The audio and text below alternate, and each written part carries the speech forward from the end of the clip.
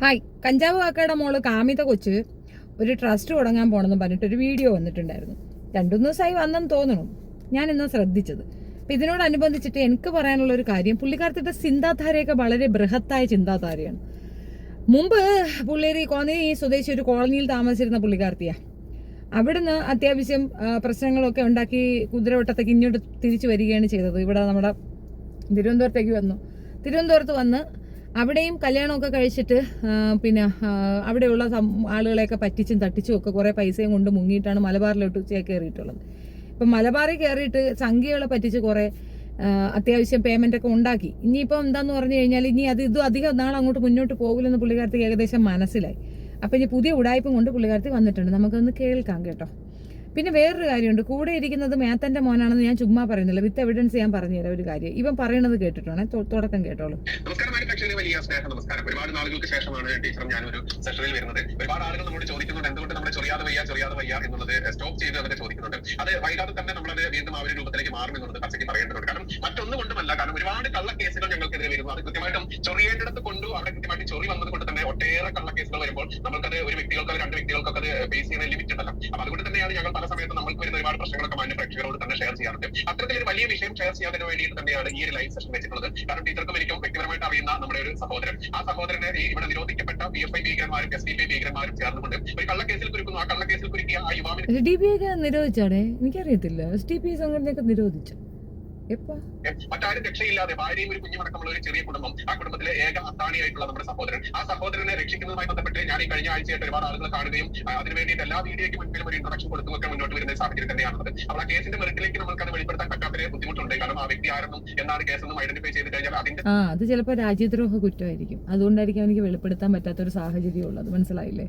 പുറകെ വരുന്ന ഒരുപാട് ഭവിഷ്യത്തുകൾ വേറെയുണ്ട്. അപ്പോൾ സത്യത്തിൽ ഞാൻ ടീച്ചറോട് ഈ കാര്യം പറഞ്ഞ സമയത്ത് നമ്മൾ ഒരുപാട് മുൻപേ ചിന്തിച്ചിരുന്ന ഒരു വസ്തുതയുണ്ട്. അതായത് ഇത് നിയമാനുസൃതമായിട്ട് ഇത്തരത്തിലുള്ള ഒരുപാട് വേദനകൾ അനുഭവിക്കുന്ന ആളുകൾ, അത്തരത്തിൽ കേസുകളായാലും വീടില്ലാത്തവർ വീടായാലും അത്തരം ഒരുപാട് ദുരിതങ്ങൾ അനുഭവിക്കുന്ന ആളുകൾ നമുക്ക് ചുറ്റുമുണ്ട്. പക്ഷേ ഒരു പ്രത്യേക മതവിഭാഗത്തിന് മാത്രം ഇതെല്ലാം കിട്ടിക്കൊണ്ടിരിക്കുന്ന ഒരു മേഖലയാണ് നമ്മുടെ ഈ നാട്ടിൽ എന്ന് നമുക്കറിയാം. അതിന് മതേതരം എന്ന പേര് വിളിച്ചുകൊണ്ട് ഇവിടെ നടക്കുന്ന പേക്കുത്തുകളൊക്കെ നമുക്കറിയാം. അത്തരത്തിൽ ഒരുപാട് വേദന അനുഭവിക്കുന്ന ആളുകൾക്ക് ഒരു കൈത്താങ്ങായി എന്താ വെച്ചാല് ഈ ഹെൽപ്ഫുൾ ആയിട്ടുള്ള ഒരു NGOs ഒക്കെ നടത്തുന്നത് ഇസ്ലാമിയരാണെന്ന്.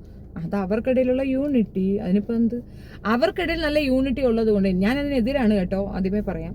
അതുകൊണ്ട് തന്നെ അവർ തമ്മിൽ പൈസ പിരിക്കുന്നു. അത് മാത്രമല്ല 2.5% എന്തോ ഒരു സക്കാത്ത് കൊടുക്കുന്നുണ്ട്. അപ്പോൾ ആ സക്കാത്ത് എന്തായാലും ഇസ്ലാമിയർ നല്ല കച്ചവടക്കാരാണെങ്കിൽ നല്ല പൈസ ഉണ്ടാക്കുന്നവരാണെങ്കിൽ അവർ 2.5% എന്ന് പറയുമ്പോൾ 1 കോടി ഉള്ളവൻ 2.5% എന്ന് പറയുമ്പോൾ എത്ര രൂപയായി? ആ പൈസ കിട്ടുകയല്ലേ.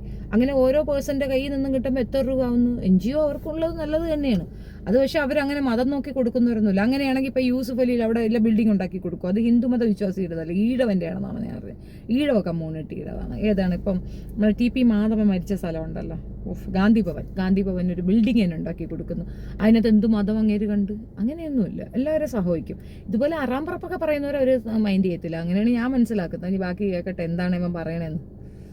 മാറാൻ വേണ്ടി നമ്മൾ ഒരു ചാരിറ്റബിൾ ട്രസ്റ്റിന് രൂപം കൊടുക്കുകയാണ്. അതിന്റെ വെട്ടം എന്ന പേരാണ് ഇപ്പോൾ നമ്മൾ സജസ്റ്റ് ചെയ്തിട്ടുള്ള ടീച്ചർ സജസ്റ്റ് ചെയ്ത പേരാണ്. അപ്പൊ ആ പേരിൽ തന്നെ നമ്മൾ ഉറച്ചുകൊണ്ട് മുന്നോട്ട് പോവുകയാണ്. അപ്പൊ അതിന് മുമ്പ് ഇപ്പോൾ നമ്മുടെ ഒരു സംഘ സഹോദരന്റെ അവരെ അദ്ദേഹത്തെ സഹായിക്കേണ്ടതായിട്ടുണ്ട്. അതുകൊണ്ട് അദ്ദേഹത്തെ സഹായിക്കാൻ നമ്മൾ ഈ വെട്ടം ചാരിറ്റബിൾ ട്രസ്റ്റ് രൂപീകരിക്കാത്തത് കൊണ്ട് ഇപ്പോൾ നമ്മൾ താൽക്കാലികമായിട്ട് നിയമസഹായ വേദി എന്നുള്ള നിലയ്ക്ക് വ്യക്തിപരമായിട്ടുള്ള ഡീറ്റെയിൽസ് ആണ് തരുന്നത്. അതുകൊണ്ട് സഹായിക്കാൻ പറ്റുന്ന ആളുകൾ പൂർണ്ണമായിട്ടും ഇതിൽ UPI ട്രാൻസാക്ഷൻ വേണ്ടിയിട്ട് 2 നമ്പറുകൾ കൊടുക്കുന്നുണ്ട്. ഈ 2 നമ്പറുകൾ ഉപയോഗിക്കാം. പിന്നെ ഇനി ചിലർക്കൊക്കെ UPI ട്രാൻസാക്ഷൻ വിദേശത്തായാലും മറ്റുള്ളവർക്ക് ഉപയോഗിക്കാൻ ബുദ്ധിമുട്ടായിരിക്കാം. അത്തരക്കാർക്ക് അക്കൗണ്ട് ഡീറ്റെയിൽസ് കൊടുക്കുന്നുണ്ട്. അക്കൗണ്ട് ഡീറ്റെയിൽസ് കുറച്ചുകൂടെ വീണ്ടും കൊടുക്കുന്നുണ്ട്. ഇതിൽ എന്റെ വ്യക്തിപരമായിട്ടുള്ള ഡീറ്റെയിൽസ് അതാണ് കഥ. അപ്പൊ അക്കൗണ്ട് ഡീറ്റെയിൽസ് നമ്പരും ഒക്കെ കൊടുക്കുന്നുണ്ട്. ഈ നമ്പറിൽ ഒരെണ്ണം അവൻ്റെതും ഒരെണ്ണം അവൻ്റെ കാമിതയുടേതും. മനസ്സിലായില്ലേ? ഇവല്ല പച്ചയ്ക്ക് പറയുന്നവനെയാണ്. ഈ പച്ചയ്ക്ക് പറയുന്നവൻ ഏതോ ഒരുത്തൻ്റെ പിന്നെ കേസിന് വേണ്ടിയിട്ടാണെന്ന് ഇവൻ പറയുന്നുണ്ട്. പക്ഷെ കേസ് എന്ന് പറയുന്ന ആളിൻ്റെ പേര് പറയത്തില്ല, ഡീറ്റെയിൽ പറയത്തില്ല. ആകെ മൊത്തത്തിൽ എന്തെന്ന് പറഞ്ഞാൽ ഈ ചങ്കിക്ക് എന്തരാ കേസ് വന്നാൽ ആ കേസ് വാദിക്കാനായിട്ടുള്ള പണപ്പിരിവാണ് ഈ നടത്തുന്നത്. ആ പണപ്പിരിവിന് അവൻ്റെ അക്കൗണ്ട് നമ്പരും അവൻ്റെ തന്നെ ഇതും കൊടുക്കുന്നത് ഒരു പ്രത്യേക തരം ഹെൽപ്ഫുൾ മെൻറ്റാലിറ്റിയോട് കൂടി അവൻ ഇസ്ലാമിക കോപ്പി അടിച്ചുകൊണ്ട് ഇറങ്ങിയിരിക്കുന്ന സംഗതിയാണ്. അപ്പോൾ ഈ വാഴനാറി അതിനകത്ത് പോയി ഇരിക്കുന്നത് കാണുമ്പോൾ ഉണ്ടല്ലോ പെരുവിരളിന്ന് വരുന്നുണ്ട്. But what to do? മാത്രമാണ് ഇപ്പോൾ കൊടുക്കുന്നത്. കാരണം നമ്മൾ ഇതിന്റെ ഒരു ലീഗൽ ഫോമിലേക്ക് നമ്മൾ മാറിയിട്ടില്ല. ഇതിന്റെ പ്രാരംഭ നടപടികളെ നമ്മൾ വെട്ടം ചാരിറ്റബിൾ ട്രസ്റ്റിന്റെ പ്രാരംഭ നടപടികൾ നടന്നുകൊണ്ടിരിക്കുകയാണ്. അപ്പൊ ഇനി കൂടുതൽ കുറച്ച് വിവരങ്ങൾ ടീച്ചർ കൂടി പറയുന്നുണ്ട്. ടീച്ചർ എങ്ങനെയാണ് ടീച്ചർ ഈ വിഷയത്തെ കാണുന്നത്? ഇവ ഈ ഏറ്റവും കൂടുതൽ പറയുന്ന ഒരു കാര്യം എന്തെന്ന് പറഞ്ഞു കഴിഞ്ഞാൽ ഈ ടീച്ചറിന്റെ കേസ് അവിടെ നിൽക്കട്ടെ, ഇവൻ എപ്പോഴും പറയണത് നിങ്ങൾ ശ്രദ്ധിച്ചിട്ടുണ്ടോ? ഇവൻ പറയണ മുഴുക്ക പിന്നെ പച്ചയ്ക്ക് പറയണു എന്നാണ് പറയണത്. ഈ പച്ചയ്ക്ക് പറയുന്ന ഇവൻ പച്ചയുടെ മോനാണെന്ന് ഞാൻ പറയുന്നതിൽ എന്തെങ്കിലും തെറ്റുണ്ടോ? എപ്പം നോക്കിയാലും അവൻ പറയണേ പച്ചയ്ക്ക് പറയാണ്, ഞാൻ പച്ചയ്ക്ക് പറയാണ്. എന്ത് പച്ചയ്ക്ക് പറയാൻ? എന്തോന്ന് നീ പച്ചയ്ക്കാ പഴുത്തേക്കാ പറ, എന്താണ് നീ പറയണത്? അടിസ്ഥാനമില്ലാത്ത ഒരു വർത്തമാനമായതുകൊണ്ട് നമ്മൾ അതിലേക്കൊന്നും കൂടുതലായിട്ട് പോകുന്നില്ല കേട്ടോ. കേൾക്കാൻ ബാക്കി ഉണ്ടായില്ലടാ. അതിനിടയ്ക്ക് ഒരുപാട് കേസുകൾക്ക് ഭാരമായി നമ്മളെ മാനസികമായി തകർക്കണമെങ്കിൽ ആദ്യം നമ്മളെ ഫിനാൻഷ്യലി ബ്രേക്ക് ചെയ്യണം. കുടുംബപരമായിട്ട് നമ്മളെ ബ്രേക്ക് ചെയ്യണം. അങ്ങനെ നമ്മുടെ ഫിനാൻഷ്യലി ബ്രേക്ക് ചെയ്യുന്നത് ഞാൻ സമ്മതിച്ച്. കുടുംബപരമായി ബ്രേക്ക് ചെയ്യുന്ന പറയുമ്പോ എത്ര വട്ടം? 4 വട്ടം ബ്രേക്ക് ചെയ്തിട്ട് നിനക്കത് സമാധാനമായിട്ടില്ല. കാപ്പിയാൽ മാത്രമേ നമ്മളെ പരാജയപ്പെടുത്താൻ സാധിക്കൂ. നേരിട്ട് ആശയപരമായി നമ്മളോട് കുത്തിക്കൊള്ളിപ്പിക്കാൻ പറ്റാത്തത് കൊണ്ട് ഈ ഇണങ്ങിയാൽ നക്കിക്കൊല്ലാം പിണങ്ങിയാൽ കുത്തിക്കൊല്ലാം എന്ന് പറയുന്നത് പോലെ പിണങ്ങി കുത്തിക്കൊന്നാൽ ചാകണമെന്ന് നിർബന്ധമില്ല. ഇണങ്ങി കുത്തിക്കൊന്നാൽ ചാകും ഉറപ്പായിട്ടും. ആ രൂപത്തിലുള്ള ഒരു നിലപാട്. ഇങ്ങനെ കുത്തും കോളും വെച്ച് പറയാതെ ഡയറക്റ്റ് പറയടി, അപ്പോഴേ ഒരു രസമുള്ളൂ. നീ കുത്തും കോളും വെച്ച് പറയുമ്പോ ഞാൻ പിന്നെ നിന്റെ വീഡിയോ മുഴുക്കായിരുന്നു കാണണം. കുത്തും കോളം എവിടുന്നാ കിട്ടുന്നതെന്ന്. അല്ല ഇണങ്ങി കുത്തിക്കൊല്ലുന്നു. ആരടി നിന്റെ അടുത്തൊക്കെ ഇണങ്ങുന്നേ? അയ്യേ, ശത്രുക്കൾ സ്വീകരിച്ചിരിക്കുന്നു. ഒരുപാട് കേസുകളുണ്ട്. നമ്മൾ പല സാഹചര്യങ്ങളിലും യാഥാർത്ഥ്യങ്ങളുമായി കൂട്ടിമുട്ടുമ്പോഴാണ് ഒരു സഹായം, ഏതെങ്കിലും ഒരു കരം നമുക്ക് വേണ്ടിയിരുന്നു എന്ന് തോന്നുന്നത്. അങ്ങനെയാണ് നമുക്കൊരു സംഘടിതമായ രൂപം വേണമെന്ന് ചിന്തിച്ചിരിക്കുമ്പോൾ നമ്മുടെ തന്നെ ഒരു സുഹൃത്ത് ഒരു കേസിൽ അകപ്പെടും. മനസ്സാ വാചാ പയ്യൻ അറിയാത്ത ഒരു കേസ്. ഒരു കുടുംബത്തിലെ എല്ലാ ആളുകളും ആ പയ്യന്റെ കൂലിപ്പണിക്ക് കിട്ടുന്ന വരുമാനം കൊണ്ട് കഴിഞ്ഞു പോകുന്നു. അതിനെ ആശ്രയിച്ചിരിക്കും. ആ സാഹചര്യത്തിൽ കേസുകൾ മനസ്സാ വാച അറിയാത്ത ഒരു ചെറുക്കനിക്ക് എങ്ങനെയാണ് കേസ് വരുന്നത്? കൂലിപ്പണിക്ക് പോണ പയ്യനിക്ക് എങ്ങനെ കേസ് വന്ന്? ഇവള് 2020 ഇതുപോലൊരു ഡയലോഗ് പറഞ്ഞുകൊണ്ട് ക്ലബ് ഹൗസ് വന്നിട്ടുണ്ടായിരുന്നു. എന്നിട്ട് അവിടെ കിടന്ന് ഭയങ്കര തുള്ളപ്പറച്ചിലായിരുന്നു. തുള്ളപ്പറച്ചിലെന്ന് പറഞ്ഞാൽ അവിടെ ഇരുന്നിട്ട് പറയുന്നുണ്ടായിരുന്നു, എനിക്കൊരു കേസുണ്ട്, എനിക്ക് പ്രശ്നമാണ്. ഇതിനെ അവള് പൊലിപ്പിച്ച് പറഞ്ഞ എങ്ങനെയെന്ന് പറഞ്ഞു കഴിഞ്ഞാൽ, കേസുണ്ടെന്ന് മാത്രമല്ല CCTV വയ്ക്കാൻ കാശ് പിരിച്ചിട്ടുണ്ടായിരുന്നു. ഇവളുടെ ആരോ വന്ന് ഇവരെ കഥവിൽ ആഞ്ഞ് തള്ളുകയാണ്, അടിക്കുകയാണ്. അപ്പോൾ ഉണ്ട് ഇവളുടെ മാള് പേടിച്ച് 10-11 വയസ്സുള്ള കുട്ടി പേടിച്ച് കിലുകിലുകിലാ വിറയ്ക്കണമെന്ന്. ഞങ്ങൾ മരിച്ചു പോകും ഉമ്മ എന്നൊക്കെ ചോദിച്ച് കൊച്ച് അതിശയിച്ച് സങ്കടപ്പെട്ട് ഇവളെടുത്ത് സംസാരിക്കുകയൊക്കെ ചെയ്തെന്നൊക്കെയാണ് ഇവളെന്ന് പറഞ്ഞ ഇവൾ കള്ളത്തരം. അപ്പം ഞങ്ങൾ എന്ത് ചെയ്തു എന്ന് പറഞ്ഞു കഴിഞ്ഞാൽ, ന്യൂസ് ഗില്ലിലാണ് അത് റിപ്പോർട്ട് അടിച്ച് വന്നിട്ടുണ്ടായിരുന്നത്. ഇവരുടെ ഒരു സർട്ടിഫിക്കറ്റ് ഉണ്ട്, അതായത് ഇവർ സബ്മിറ്റ് ചെയ്തിട്ടുണ്ടായിരുന്നു ഈ രജിസ്ട്രേഷന് അലി മാഷുമായിട്ടുള്ള ആ സർട്ടിഫിക്കറ്റ് എടുത്തിട്ട് വിവരാവകാശം വെച്ച് ഇവരുടെ പേരിൽ എത്ര കേസ് ഉണ്ടെന്ന് ഞങ്ങളൊന്ന് അന്വേഷിച്ചപ്പോഴത്തേക്ക് 0. അപ്പം 2020 ഇവരുടെ പേർക്ക് ഒരു കേസും ഇല്ല. ഇപ്പം റീസെൻ്റ്ലി കേസ് ഉണ്ട്, ഐ തിങ്ക് 3 കേസും കണ്ടുണ്ട്. ഏത് ഒരെണ്ണം റിയാസിൻ്റെ ഭാര്യയെ പറഞ്ഞതിന് മന്ത്രി റിയാസ് കൊണ്ട് ഒരു കേസ് കൊടുത്തിട്ടുണ്ട്. പിന്നെ ഒരെണ്ണം ഏതാണില്ല, ഒരു കോളേജിൽ നടന്നൊരു വിഷയത്തിന് ആ പെൺകുട്ടിയെ അവഹേളിച്ചുകൊണ്ട് തട്ടമിട്ടുകൊണ്ട് ആമ്പിള്ളരെ വശീകരിക്കണം അവൻ ആ പെൺകുട്ടിയെ വ്യക്തിഹത്യ ചെയ്തതിന് അങ്ങനെ ഒരു കേസ്. അത് പോലീസ് സ്വമേധയാ കേസ് എടുത്താണെന്ന് തോന്നുന്നു. പിന്നെ വേറെ ഏത് കേസായിരുന്നു? 3 കേസ് അവർക്കെതിരെ ഉണ്ടെന്നാണ് എനിക്കറിയാവുന്നത്. അങ്ങനെ എന്തോ ഒരു 3 കേസുണ്ട്. അപ്പം ഇപ്പോഴാണത് റീസെൻ്റ്ലി. ഈ 2020 വരെ പേർക്ക് ഒരു കേസും ഉണ്ടായിരുന്നില്ല. ഇനി നിങ്ങൾ തുടരെ കേസ് കൊടുത്തുകൊണ്ടിരിക്കണം. കേസ് കൊടുത്തുകൊണ്ടിരിക്കെ അഹങ്കാരത്തിന് അളക്കം വരും. അത്രയേ ഉള്ളൂ. നിങ്ങൾ ഇഗ്നോർ ചെയ്യുന്നതുകൊണ്ടാണ് ഇവർക്ക് ഈ വിളച്ചില്.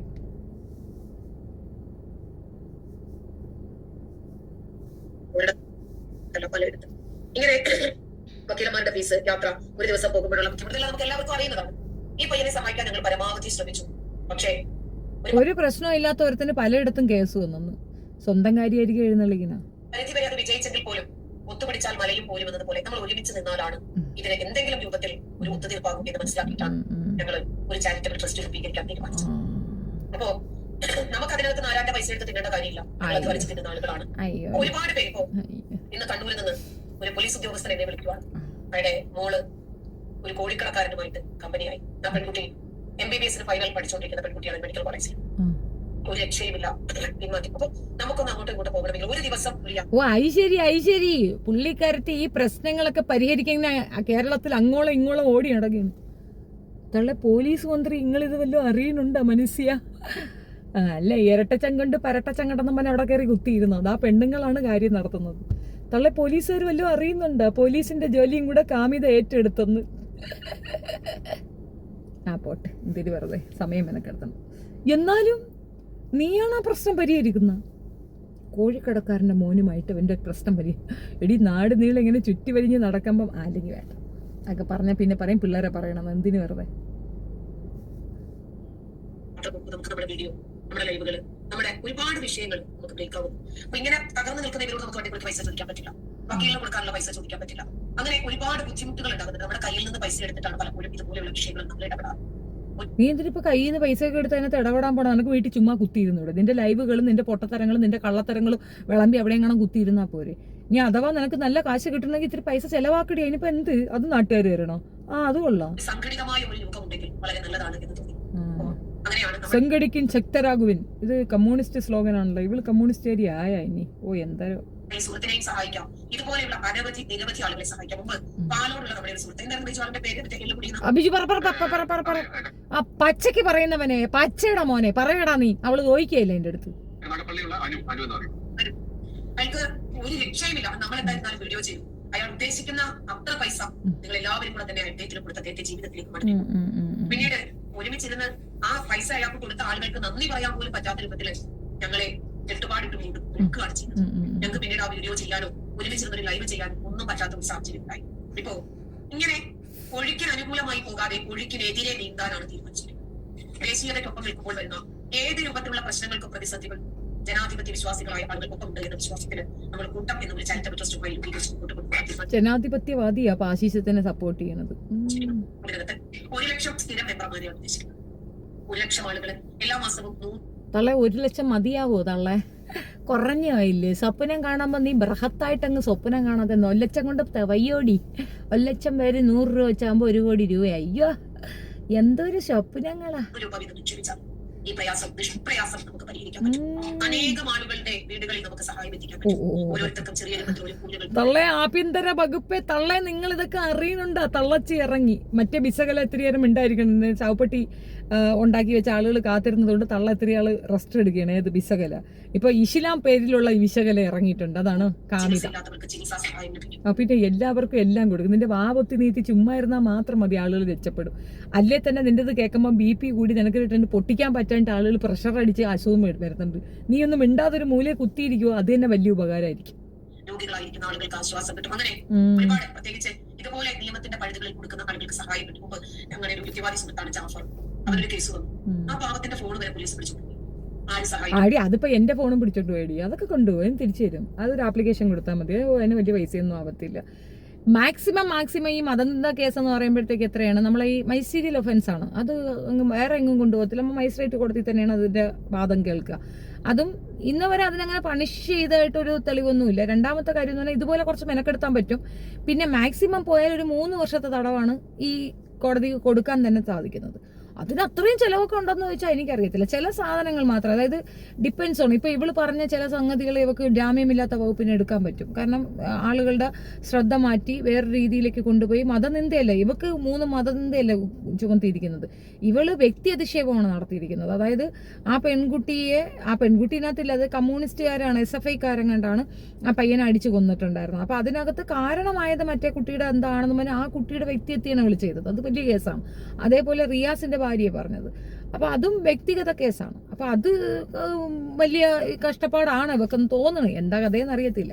ഇതൊക്കെ പറയണ കേട്ടാത്തൊന്നും തൂക്കിക്കൊല്ലുന്ന എന്തോ വകുപ്പാണ്. പിന്നെ കള്ളക്കേസാണ്. പിന്നെ ഇവർക്കെതിരെ കള്ളക്കേസ് കൊടുത്തോണ്ടേ പോലീസ് ഒക്കെ എടുത്തിട്ട് ഇവരെ തൂക്കിക്കൊല്ലുക. അയ്യോ ആരും സഹായിക്കില്ല. ഇപ്പൊ മുമ്പ് ഞങ്ങളുടെ ഒരു റിലേറ്റീവ് അപകടത്തിൽപ്പെട്ട് സെറിബ്രൽ ഹെമറേജ് സംഭവിച്ചു. തലച്ചോറിൽ രക്തം പോയി. ഞാനൊരു വീഡിയോ ചെയ്യും. അയാൾ തികഞ്ഞ മതവിശ്വാസിയാണ്. എന്നിട്ട് പോലും ആ വീഡിയോയ്ക്ക് താഴെ വന്ന കമന്റ്സിൽ 90% നെഗറ്റീവായി.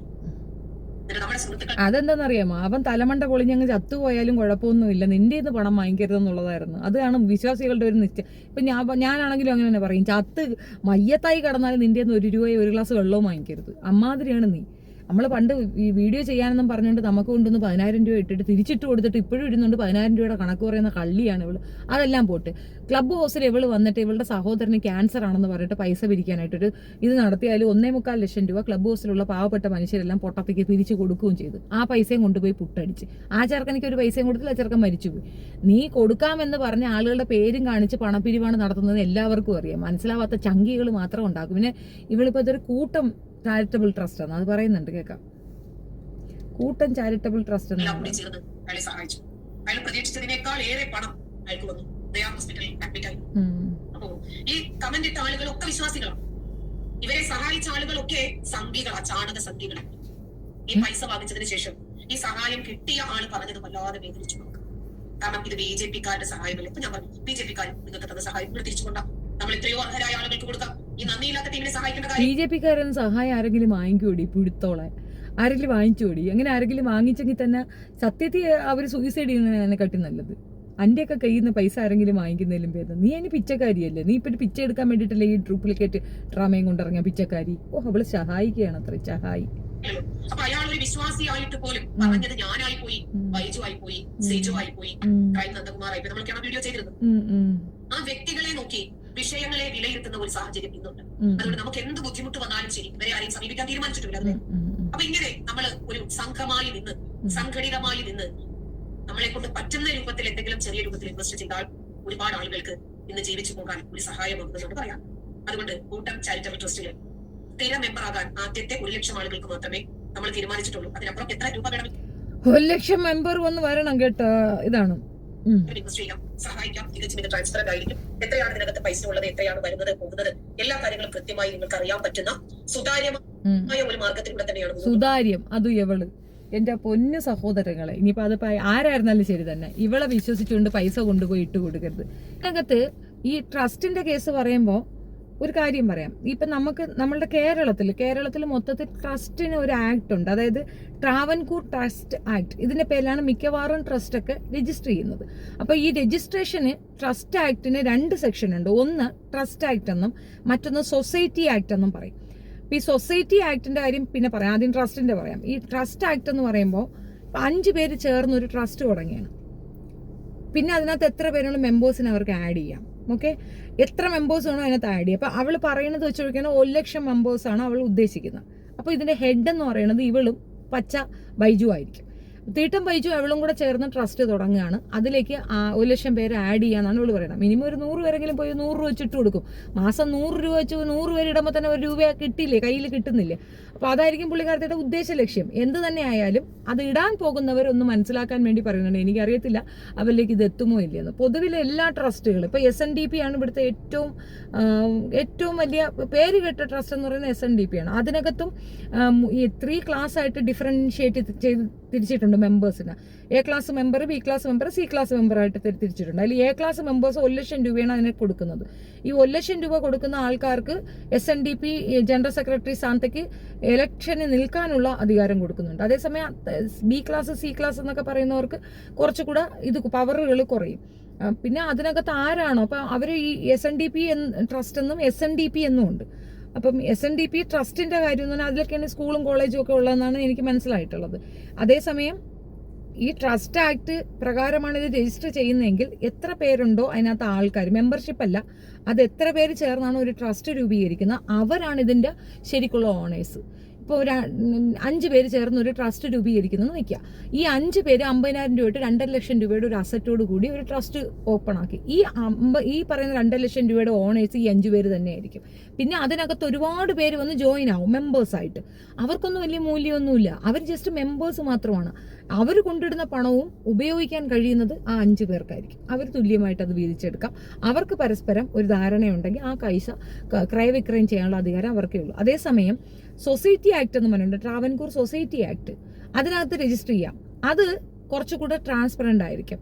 എങ്ങനെയാണെന്ന് വെച്ച് കഴിഞ്ഞാൽ അതിന് ഗവൺമെന്റിനും കൂടെ അവകാശം വരും. അങ്ങനെയാണ് ഈ ജിഷയുടെ അമ്മയുടെ കേസില്ലേ, അതിനകത്ത് എനിക്ക് തോന്നുന്നത് ഇരിക്കാനാണ് ചാൻസ്. കറക്റ്റ് അറിയില്ല, പക്ഷെ അല്ലെങ്കിൽ പിന്നെ ഗവൺമെന്റ് അതിനകത്ത് സംസാരിക്കാൻ ഒക്കത്തില്ല. അത് ട്രസ്റ്റ് രൂപീകരിച്ച് ആ ഫണ്ട് അതിനകത്തേക്ക് വരുത്തിയിട്ട് അത് ക്രയവിക്രയം ചെയ്യാനുള്ള അധികാരം ഗവൺമെന്റിനും കൂടെ വരും. അത് ഗവൺമെന്റുമാണ് അധികാരി, ഓരോ മെമ്പേഴ്സും അധികാരിയായിരിക്കും. പക്ഷെ ഇവൾ പറയുന്ന ഈ സാധനത്തിൽ എനിക്ക് തോന്നുന്നത് ഇത് ഇങ്ങനെയായിരിക്കും. അപ്പോൾ ഇവളുടെ പോക്കറ്റിലേക്ക് പൈസ പോകാനുള്ള സംഗതിയാണ് ഈ കളിക്കുന്നത്. അതിപ്പോൾ വെള്ളാപ്പള്ളി നടേശൻ ചെയ്താണെന്നുള്ളൊരു ഐഡിയോളജിയാണ്. ഇപ്പം C ക്ലാസ് ആളുകൾ 2,000 രൂപയും കണ്ടാണ് അതിൻ്റെ ഇത്. അയാൾ എന്ത് ചെയ്ത് നടന്ന എല്ലാവർക്കും C ക്ലാസ്സുകാർക്കിടെ എല്ലാവരുടെ മെമ്പർഷിപ്പ് ഇയാളങ്ങ് വാങ്ങിച്ച് പൈസ കൊടുത്തിട്ട് പിന്നെ അവരെ കൊണ്ട് വോട്ടിടിക്കാൻ പറയും. ഇപ്പം A ക്ലാസ് മെമ്പർഷിപ്പിലുള്ളവർ 1 ലക്ഷം രൂപ കൊടുത്താണ് അതിനകത്ത് ജോയിൻ ആവുന്നത്. അവർക്ക് എലക്ട് ചെയ്ത് നിൽക്കാനുള്ള അധികാരമുണ്ട്. 2ാമത്തെ ക്ലാസ്സുകൾക്കെല്ലാം വോട്ടിടാനുള്ള അധികാരമുണ്ട്. 2ാമത്തെ B ക്ലാസ്സിൽ നിന്ന് നിർദ്ദേശിക്കാനുള്ള അധികാരം, 3ാമത്തെ ഒരു വോട്ടിടാനുള്ള അധികാരം. ഈ B ക്ലാസ്സിനെ C ക്ലാസ്സിനെ അയാൾ കാശ് കൊടുത്ത് വിലക്ക് എടുത്തിട്ടാണ് അയാൾ 30 വർഷമായിട്ട് അവിടെ കയറിയിരിക്കുന്നത്. ഞാൻ ഇതിൻ്റെ കൂടെ അത് ഫ്ലോയിൽ പറഞ്ഞേ ഉള്ളൂ, അതൊരു വിഷയമല്ല, മനസ്സിലാകാൻ വേണ്ടി പറഞ്ഞേ ഉള്ളൂ. അപ്പം ഈ ട്രസ്റ്റ് എന്നതുകൊണ്ട് ഇവർ ഉദ്ദേശിക്കുന്നത് പണം ക്രയവിക്രയം നടത്താനും അതിൽ കൂടെ ഫണ്ട് വരാനാണ്. ഇതിൽ കൂടെ വരുന്ന ഫണ്ടിന് വലിയ ക്വസ്റ്റ്യനിങ് ഒന്നും ഉണ്ടാവത്തില്ല. ഇവൾ BJP എന്ന ഒരു സംഘടനയെ അല്ലെങ്കിൽ അവരെ ഒന്ന് തെറ്റിദ്ധരിപ്പിച്ച് വെച്ചിരിക്കുന്നത് ഇവൾ മൂലം ഒരുപാട് പേര് മതം മാറി വരുന്നുണ്ടെന്നും ഇവൾ ഭയങ്കര സംഭവമാണെന്നും ഒരു തെറ്റിദ്ധാരണ ഇവൾ പബ്ലിക്കിന് കൊടുക്കുന്നുണ്ട്. അപ്പം ആ ഒരു ഇതിനകത്ത് അതിൻ്റെ അടിസ്ഥാനത്തിൽ അങ്ങേര് പൈസ കൊടുക്കും. പണ്ട് ഉള്ളി സുര കുറേ പൈസ വാങ്ങിച്ചെടുത്തില്ലേ, അയാളെ മോളെ കെട്ടിച്ച ദൂരം അങ്ങനെയാണ്. അപ്പം അതുപോലെ ഒരു ഫണ്ട് വരാനുള്ള സ്രോതസ്സ്, അതാണ് അവൾ ഈ ട്രസ്റ്റ് കൊണ്ട് ഉദ്ദേശിക്കുന്നത്. ട്രസ്റ്റ് തുറക്കും, ഇതിനകത്തേക്ക് ഫണ്ട് വരും, ആ ഫണ്ട് അവൾക്ക് എടുത്തു വെച്ച് കളിക്കുക. അപ്പോൾ അവൾ പറയുന്നത് എന്താണ്, NGO, അതാകുമ്പോൾ ക്വസ്റ്റ്യനിങ് വരാത്തൊരു മേഖലയാണ്. അപ്പോൾ അതാണ് ഇതിൻ്റെ കളി. ഇതിനകത്ത് പോയി ചാടുന്നവർ ചാടട്ടെ എന്നാണ് എൻ്റെ ഒരു അഭിപ്രായം. കാരണം ഫണ്ട് കൊടുക്കണം നല്ലതാണ്, പക്ഷേ ഇവള് എങ്ങനെ ഉണ്ടാക്കി, നമ്മൾ മറ്റുള്ളവരെ ഇറച്ചി തിന്ന് കാശുണ്ടാക്കി കഴിഞ്ഞാൽ ആ കാശ് നമുക്ക് നിലയ്ക്കത്തില്ല. അവൾക്ക് നല്ല ആരോഗ്യമുണ്ട്, ചിന്തിക്കാനുള്ളതുണ്ട്, നല്ല ക്രൂക്കഡാണ്. പക്ഷേ നല്ല കാര്യങ്ങൾക്ക് ചിലപ്പോൾ ഇപ്പോൾ അവൾ നല്ല സമ്പാദിക്കുന്നുണ്ട്. ഫോർ എക്സാമ്പിൾ, എനിക്കും ഇപ്പോൾ നല്ല റവന്യൂ ഉണ്ട് കേട്ടോ. ഒരു മാസം എങ്ങനെ പോലെ 1 രൂപയ്ക്ക് അടുത്ത് നമുക്ക് കിട്ടും. നമുക്ക് അത്രയും എക്സ്പെൻസ് ഒന്നും വരത്തില്ല. വാടകയും വീട്ടു ചിലവും എല്ലാം കഴിഞ്ഞ് ഒരു 30 രൂപ കഴിഞ്ഞാൽ ബാക്കി പൈസ ബാലൻസ് ആണ്. നമ്മളത് സേവ് ചെയ്യാമെങ്കിൽ നമുക്ക് അടുത്ത് എന്തെങ്കിലും ഒരു ബിസിനസ്സോ മറ്റോ ചെയ്യാൻ പറ്റും. സാധാരണ എല്ലാവരും അങ്ങനെയാണ്, കുറച്ച് പൈസ ചേർത്ത് വെച്ചിട്ട് അങ്ങനെ ഉണ്ടാക്കാനാണ്. ഇത് അതൊന്നുമല്ല പ്ലാന്. ഇതിൽ നിന്ന് കിട്ടുന്നത് പോരാതെ വീണ്ടും ഇതുപോലെ ഓരോ കള്ളത്തരങ്ങൾ പറഞ്ഞ് പണം പിരിക്കാൻ ഒരു നാണോ ഉളുപ്പില്ല. എന്നിട്ടിരുന്നുകൊണ്ട് പറയും ഞാൻ ഭയങ്കര സംഭവമാണ്, ഞാൻ പിച്ചക്കാരിയല്ല, ഞാൻ പിരിക്കുന്നില്ല എന്ന്. സത്യം പറഞ്ഞു കഴിഞ്ഞാൽ ഒരു അല്പം ഫേവർ ആര് കാണിച്ചാലും അവൾ വാട്സപ്പിൽ ത്രൂ പൈസ തണ്ടലാണ് അവളുടെ പരിപാടി. എത്ര പേര് വന്ന് പറഞ്ഞിട്ടുണ്ടെന്ന് അറിയാമോ? കഞ്ചാവ് വാക്കയുടെ മോള് പിന്നെ വേറെ എന്ത് ചെയ്യുമെന്ന് നമ്മൾ പ്രതീക്ഷിക്കേണ്ടത്. അപ്പോൾ കഞ്ചാവ് വാക്കയുടെ മോളും പച്ചക്കൊടിയും കൂടി ഇരുന്നുകൊണ്ട് പിച്ച എടുക്കുകയാണ്. ആ പിച്ചയാണ് ഈ കണ്ടത്. ഇതിൽ പോയി ചാടുന്നവർക്ക് ചാടാം. എന്തായാലും നല്ല രീതിയിൽ ആള് പ്ലാൻ ചെയ്യുന്നുണ്ട്. ഇല്ല, അവിടെ ലവന്മാരെയൊക്കെ പറ്റിച്ച് അവിടുന്ന് ചാലയിൽ നിന്നൊക്കെ പൈസ അടിച്ചുകൊണ്ട് വന്ന മോള് ഇതിനകത്ത് വലിയ വ്യാപ്തിയൊന്നും ഇല്ലെന്ന് കണ്ടപ്പോൾ ഇവിടുന്ന് ചാടാനുള്ള ഐഡിയ നോക്കുന്നതാണ്. അത്രേ എനിക്ക് മനസ്സിലായിട്ടുള്ളൂ. കള്ളി എന്ന് പറഞ്ഞാൽ ഭൂലോക കള്ളിയാണ് ഈ സ്ത്രീ, ഭൂലോക കള്ളി. ഇനി അവന്മാരെയും കൂടെ പറ്റിക്കും, അത്രേ അതിനകത്തുള്ളൂ. അപ്പോൾ ഈ ട്രസ്റ്റ് രൂപീകരിക്കുക എന്ന് പറയുന്നത് ഇറ്റ്സ് ആൻ ഈസി തിങ്, വലിയ പ്രശ്നമൊന്നുമുള്ള കാര്യമല്ല. പക്ഷെ അതിൽ ത്രൂ പണം വരുന്നത്, ആ പൈസ ആർക്കെങ്കിലും എടുക്കാമെന്നുള്ള തെറ്റിദ്ധാരണ ഇപ്പോൾ ഇവർക്ക് പൈസ ഇട്ട് കൊടുക്കുകയാണെങ്കിൽ അവർ ഭൂലോക മണ്ടർ ആണ് എന്ന് മാത്രമേ എനിക്ക് പറയാനുള്ളൂ. ദ റെസ്റ്റ് അവരുടെ തലയിൽ എടുത്ത്, അതിനപ്പുറം എന്തോ. അപ്പം 1.25 ലക്ഷം രൂപ പിരിച്ചു കൊടുത്ത ക്ലബ് ഹൗസിൽ ഓരോരുത്തരും തലയ്ക്കടിക്കണം, അയ്യോ ഞാൻ ഈ സ്ത്രീക്ക് പൈസ കൊടുത്തല്ലോ എന്ന്. അന്ന് 2020 ഈ പിരിവ് നടക്കുന്നത്. ഈ പിരിവ് നടന്നതിന് ശേഷമാണ് ഞങ്ങൾ വിവരാവകാശം വെച്ചിട്ട് ഇവർക്ക് കേസൊന്നും ഇല്ലെന്നും പറഞ്ഞു കൊണ്ട് കൊടുത്തത്. ഓക്കെ, ആദ്യം പൈസ പിരിച്ചത് സഹോദരനിക്ക് ക്യാൻസർ എന്ന് പറഞ്ഞിട്ട്, പിന്നെ രണ്ടാമത് പൈസ പിരിച്ചത് കേസിനാണെന്നും പറഞ്ഞുകൊണ്ട്. അപ്പോൾ ഈ കേസിനാണെന്ന് പറഞ്ഞുകൊണ്ട് പറഞ്ഞപ്പോൾ ഞങ്ങൾ ഇത് കൊണ്ടൊന്ന് പബ്ലിഷ് ചെയ്തു. ഇവളുടെ പേർക്ക് ഒരു കേസുമില്ല, വിവരാവകാശം ഇട്ടെടുത്ത റിപ്പോർട്ട് ഇതാണെന്ന് പറഞ്ഞ് ഞങ്ങൾ കൊണ്ടൊന്ന് പബ്ലിഷ് ചെയ്തപ്പോഴത്തേക്ക് ഇട്ടിട്ട് ഓടി. അന്നിറങ്ങി ഓടിയതാണ് ക്ലബ് ഹൗസിൽ നിന്ന്. ഇവളെ കള്ളത്തരങ്ങൾ സ്ഥിരമായി പൊളിച്ചുകൊണ്ടിരിക്കുകയായിരുന്നു. ഞാൻ പറഞ്ഞില്ലേ, നിങ്ങളിപ്പോഴാണ് എന്നെ കാണുന്നത്, ഞാനിത് കാലങ്ങളായിട്ട് ചെയ്യുന്നതാണ്. അതുകൊണ്ട് തന്നെയാണ് അവളെൻ്റെ പിന്നെ ചാനലിനെ ടാർഗറ്റ് ചെയ്യണതും എൻ്റെ കുടുംബത്തിനെ ടാർഗറ്റ് ചെയ്യണതും എന്നെ കൊല്ലാനൊക്കെ ശ്രമിക്കുന്നത്. ഫിജോയുമായിട്ടൊക്കെ ചേർന്നിട്ട് ഇവളെന്നെ കൊല്ലാൻ പ്ലാൻ ചെയ്തിട്ട് എൻ്റെ കുട്ടീനെ സ്കൂളിൽ നിന്ന് വരുമ്പോഴത്തേക്ക് തട്ടാനും വെട്ടാനും ഒക്കെ ഇവർ സംസാരിക്കുന്ന വോയിസൊക്കെ എൻ്റെ കയ്യിൽ ഇരിപ്പുണ്ട്. ഞാനതൊക്കെ റിവീൽ ചെയ്യാത്തതെന്ന് പറഞ്ഞു കഴിഞ്ഞാൽ തൽക്കാലം സമയമാകുമ്പോൾ ഞാൻ റിവീൽ ചെയ്യാം. അത് കേസ് അനുബന്ധമായിട്ട് വക്കീലിൻ്റെ കയ്യിലിരിക്കുന്നത് കൊണ്ട് തൽക്കാലം സൈലൻ്റ് ആയിരിക്കാൻ പറഞ്ഞുകൊണ്ട് ഞാൻ റിവീൽ ചെയ്യാൻ. ഇവളൊക്കെ ബോൺ ക്രിമിനൽസാണ്. ഈ നമ്മളെ ഒതുക്കാൻ പറ്റാത്തതുകൊണ്ട് നമ്മുടെ കുഞ്ഞുങ്ങളെയാണ് ടാർഗറ്റ് ചെയ്യുന്നത്. ഇവളും ഫിജോയും കൂടെ ചേർന്നിട്ട് എൻ്റെ കുട്ടികളെ കൊല്ലാനായിട്ട് സംസാരിക്കുന്ന വോയിസുകൾ ഇപ്പോഴും നമ്മുടെ കയ്യിൽ ഇരിപ്പുണ്ട്. അത് അവർ ഗ്രൂപ്പൊക്കെ തുടങ്ങിയിട്ട്, ഇപ്പം നമ്മുടെ ഗ്രൂപ്പിൽ വരുന്നവരെടുത്തും ഇത് തന്നെ. ഇപ്പം എനിക്കൊരു വാട്സപ്പ് കൂട്ടായ്മയുണ്ട്. അപ്പോൾ ആ വാട്സപ്പ് കൂട്ടായ്മയിൽ വരുന്നവരെടുത്തും ഇതുപോലെ പേഴ്സണലി പോയി എന്തൊക്കെയോ പറഞ്ഞു കൊടുക്കുകയും അതിനകത്തുള്ള അഡ്മിന്മാരെ പോലീസിനെ കൊണ്ട് വിളിപ്പിക്കുകയും അങ്ങനെ കുറേ കുൽസിതമൊക്കെ ഉണ്ട്. പക്ഷേ ഒരാളും അങ്ങനെ ഭയപ്പെടുന്നവരോ മാറിപ്പോകുന്നവരോ അല്ലാത്തത് കൊണ്ട് ഇവളുടെ ഒരു കുൽസിതം അതിനകത്ത് വർക്കൗട്ട് ആവുന്നില്ല എന്നുള്ള വസ്തുത.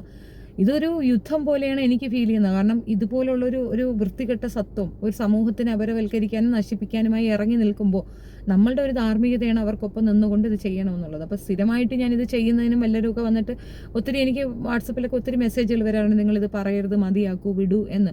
പക്ഷെ നിങ്ങൾ മനസ്സിലാക്കാൻ വേണ്ടി പറയുന്നതാണ്, കാലങ്ങളായി ഈ സ്ത്രീ ഇത് ചെയ്യുകയാണ്. നിങ്ങൾക്കതിനകത്ത് ഹേർട്ടായിട്ടൊന്നും തോന്നുന്നില്ലായിരിക്കാം. ബട്ട് പരസ്യമായോ രഹസ്യമായോ ഒക്കെ എന്നെ ദ്രോഹിക്കുന്ന ഒരു സ്ത്രീയാണത്. അപ്പം തീർച്ചയായിട്ടും എൻ്റെ സൈഡിൽ നിന്ന് അത് പിന്നെ പ്രതീക്ഷിച്ചാൽ മതി. ഇങ്ങോട്ട് എങ്ങനെയാണോ അങ്ങോട്ടും അങ്ങനെ പോരെ. അല്ലാതെ ഞാനിപ്പം ഗാന്ധിജിയുടെ ചെറുമോളായിട്ട് അഭിനയിക്കാനൊന്നും എന്നെ കൊണ്ടൊക്കത്തില്ല. അപ്പം ദാറ്റ്സ് മൈ പോയിന്റ്. നിങ്ങളുടെ അഭിപ്രായം നിങ്ങൾ കമൻറ്റിൽ രേഖപ്പെടുത്തുക. വീഡിയോ ഇഷ്ടപ്പെടുകയാണെങ്കിൽ ലൈക്ക് ചെയ്യുക, ഷെയർ ചെയ്യുക and subscribe my channel. First കമൻറ്റിൽ ഞാൻ എൻ്റെ വാട്സപ്പ് കൂട്ടായ്മയുടെ ലിങ്ക് പേസ്റ്റ് ചെയ്തേക്കാം. താല്പര്യമുള്ളവർക്ക് ജോയിൻ വിത്ത് മീ. ആൻഡ് നിങ്ങളുടെ സജഷൻസ് ആക്സെപ്റ്റ് ചെയ്യാനും നിങ്ങളെ കേൾക്കാനും താല്പര്യമുള്ളത് കൊണ്ടാണ് ഞാനൊരു കൂട്ടായ്മ ഓപ്പൺ ചെയ്ത് വെച്ചിരിക്കുന്നത്. നിങ്ങൾക്ക് അതിനകത്ത് സജസ്റ്റ് ചെയ്യാവുന്നതേ ഉള്ളൂ. Thank you.